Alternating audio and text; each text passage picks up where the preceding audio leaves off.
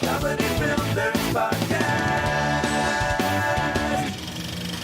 So now we were talking about this before. Now we've got the Netflix shows, we've got all the X-Men shows now, with even on FX and on Fox now. We've got the CW shows. We've got all of the Marvel movies. We've got Agents of S.H.I.E.L.D. Are we hitting that superhero fatigue now? I don't even want to say comic book fatigue, because there's a lot of properties that don't have superheroes in them. They're like Walking Dead that are based on comics. But superheroes specifically, are we hitting like a point where this is super saturation? Well, we have to understand, like I said, we still haven't, wrapped the crossover yet. So Right. I have total superhero fatigue right now. I know more about fatigue right now than I know about superheroes. Look, I'll be honest. For me, I think that's a question we've been asking. We ask ourselves that every year. I think every time I come on this podcast, we talk about. To me, that's not the big issue. The truth of the matter is, the market will always tell us, whether or not something is too much. I actually, I don't. Someone had told me, this may be apocryphal, but someone told me that like one of the major studios did a study of like teenage and 10-year-old boys, and they don't even see these comic book movies as comic book movies or superhero movies. They just see them as movies. Honestly, I think to ask the question of, well, when's the bubble going to burst, or is there superhero fatigue? I think that almost belies to me what is the greater issue, which is, are we as an industry making enough television shows and movies that are not based on comic books, that are not about superheroes? As far as I'm concerned, I love all the superhero movies. I'm a big fan. I go to see all of them pretty much. I can't think of the last one I skipped. But at the same time, I love pizza, but I don't want to only eat pizza. Right. Like, I want, and yes, they're, with, the William Molston Mars movie, it's like they're mixing up the pizza. Now they're throwing pineapple on it, which is great, wonderful. Again, but it's still pizza. I want, I want to have pizza, but I also want to have a hamburger, and I want to, I want to have sushi, and I want to, I want a lot more variety in my movie and television diet. Right. So that's what I crave as an audience member. And that's a great question, I think, to ask your, like, I do that a lot. Like, what do I just like as a consumer? And the overall question, do we have superhero fatigue? I would say overall no, because they've always been making comic books. There's always interesting stories coming out of the comic book world. And, if people want to keep adapting them and all of these different formats, Netflix, network, and the market will say, like, all right, well, no, this one's if no good. If everyone stops watching the Marvel ones on Netflix, guess what? Netflix will stop making them. And there's going to be hits and misses. Like, I'm actually enjoying The Gifted.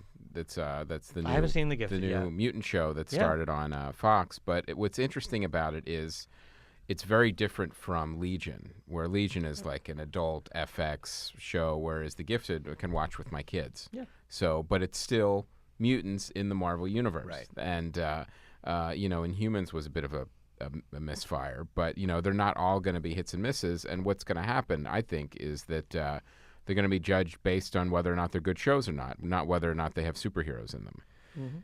Yeah, it'll come down to that. But Mark, you also bring up a great point, and we talked about this summer, because August was a very odd August.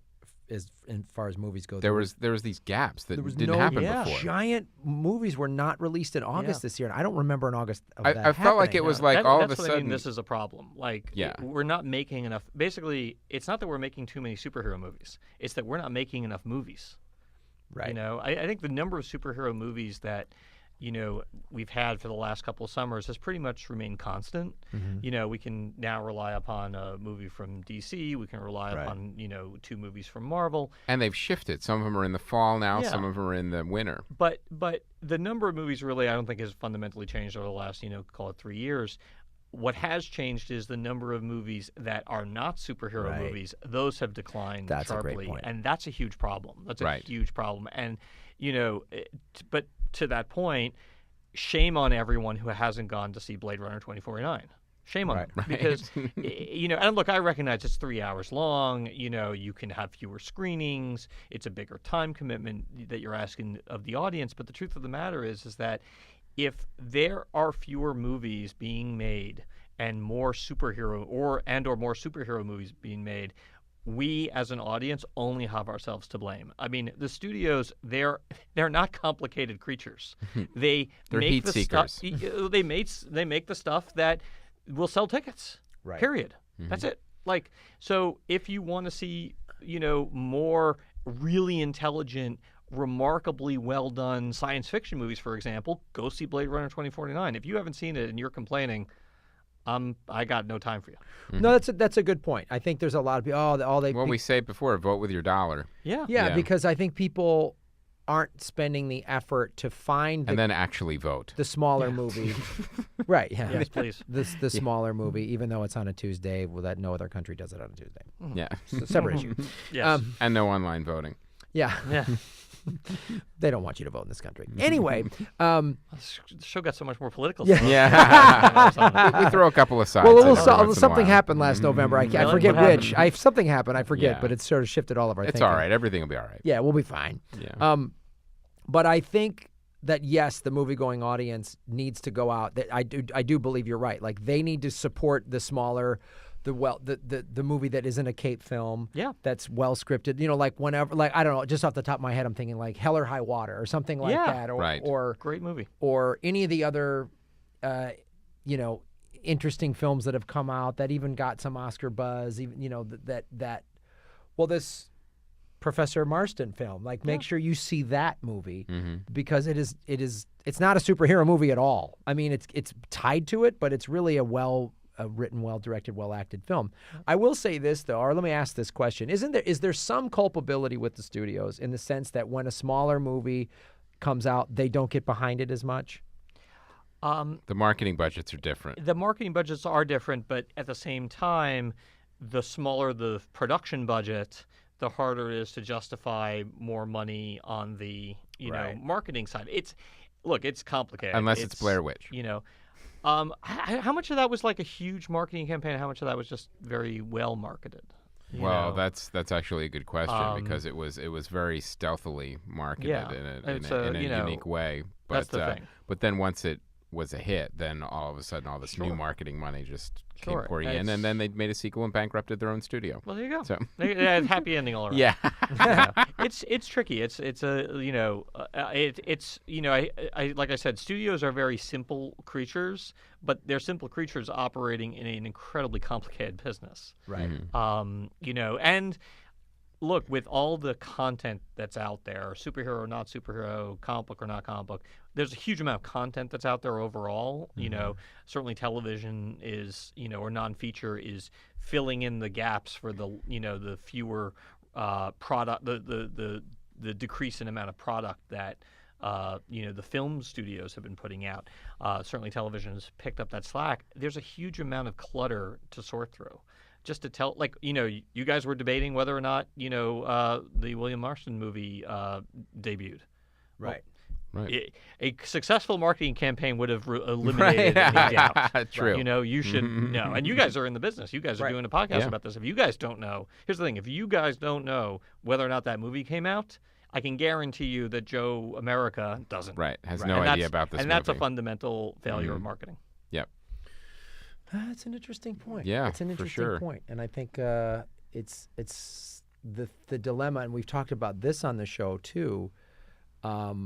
Is you're right, like you say, the studios are just we need big budgets, but I wonder if have they painted themselves into the corner of the sense that they've got the $150 million budget of the giant blockbuster. Even higher now. It's more. It's 200, upwards of 200 yeah, now. 250 some of them, and then the under 30 million. Like we've talked about this a lot. We're starting to see a little more of them, but we're not seeing a lot of as many. The mid-range budget the films. mid-range Those budget have gone away. Yeah. Those are good. I think that's the territory that television has mostly taken over. Right. Or the streaming services or whatever. Well, certainly like now you look at like what Netflix is doing, and I think Netflix is trying to, make those mid-range movies and release them both theatrically and on their platform. Things could change. It could be, and the other thing that's, changing is, people's people's technology with which to view movies and television is Right. improving. There's now a 4K Apple TV, and all the movies are being made available in 4K for iTunes. And you get the big screen television. Do you really have to go out? Do you have to Right. go Oh, to the man. movie? I still love going to the movies. That's still like my favorite thing to do on a Saturday night: do dinner and a movie. Yep. But it's getting increasingly expensive, and the desire for a communal experience, which is really why I go to the movies, to experience the movie with a whole group of strangers, quite frankly. Maybe that's seeing diminishing returns. I don't know. That's interesting. So the one thing that's keeping the movie theaters alive are the big tentpole movies, Yeah. because those theaters get packed. Like That's right. and they're on 3 screens. right. and- Every time a Star Wars or a Avengers movie comes out, those theaters are going to be packed for weeks. That's right. So That's right. That's what I was going to say. Is as a consumer, that's what I will leave the house for. Is a big, loud, Eventized. movie, and I'm not something that I can't watch at home because at full volume because I'll disturb my neighbors or whatever. Is what I'll go to the theater for versus like even a comedy. It's just like unless there's great word of mouth, I'm not. That's a great point Right. because at home, like Mark was just saying, if it's just let's just take Hell or High Water. Let's just take that movie. Did I need to see it on the big screen? No, Probably not. mm-mm. I could watch it at home. I did see it in the big screen, obviously, but if I watch it at home and I got a nice flat screen and a comfortable couch, It's still effective. It's You very got, So you got effective. surround sound at home. whereas Granted, you may not have Dolby Atmos where Right. you have the speakers on the ceiling, but that's all right. You can get away with that. Wonder Woman on a smaller screen, you're losing something. Mm-hmm. You're That's losing right. something. You are. you Yeah, know? you are. And like that's what I've done. I spend the $25 to go see Doctor Strange in IMAX 3D at the Chinese theater And because that's money well spent. because Yeah. it's like such an experience. That's right. All right.